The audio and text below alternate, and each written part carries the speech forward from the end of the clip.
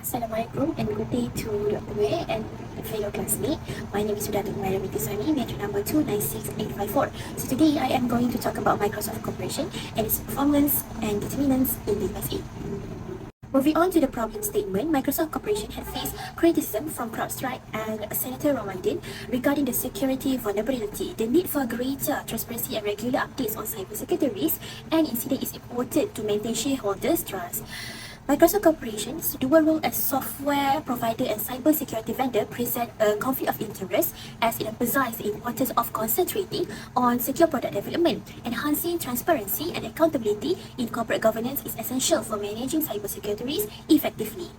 Okay, now for research objectives, there are three of them, which are to evaluate the internal factors that contribute to Microsoft performance, to gauge the external factors of Microsoft performance, and last, to examine both internal and external factors that affect Microsoft overall performance. As for the research question, so first to determine the correlation between internal factors and Microsoft performance, also to examine the effect of external factors on the performance of Microsoft, and also finally to determine the impact of both internal and external factors on Microsoft performance. Now, moving on to the literature review. For this section, I will be focusing on the performance and liquidity risks as they both have a significant impact on this company. For performance, the common variable used to measure performance are ROA, ROE, and also Tobin's Q. A study by Mashiaki and Bazas 2008 indicates that both sides is negatively associated with the firm performance, as it highlighted that larger reports may affect the decision-making process and make it less effective. Also, it mentioned that the involvement of outside directors may have a positive impact on governance, as it will imply independent oversight.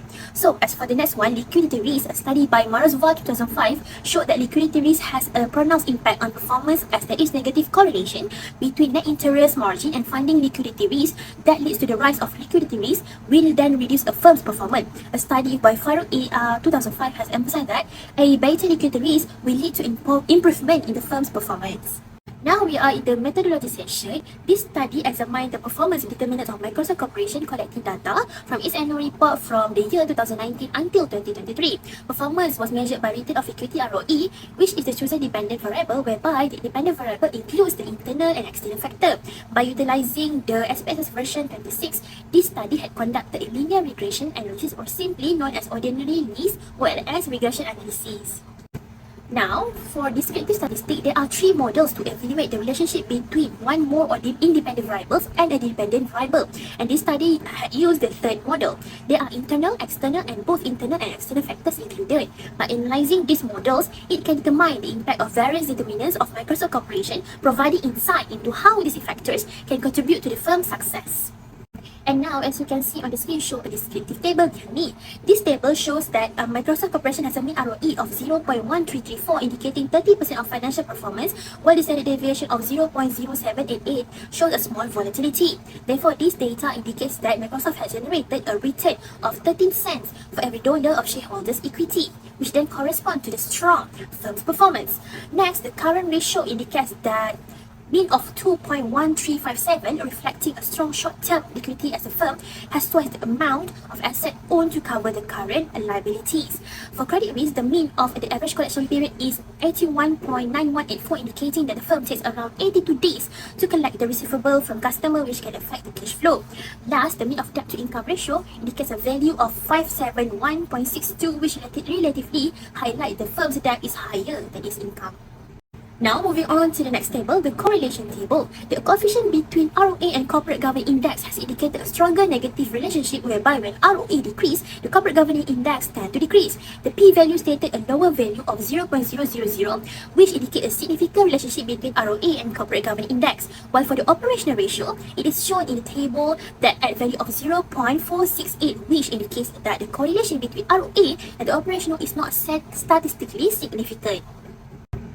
Now, for the ANOVA table, among the three models, only the first model is significantly closer to the p-value with a value of 0.034.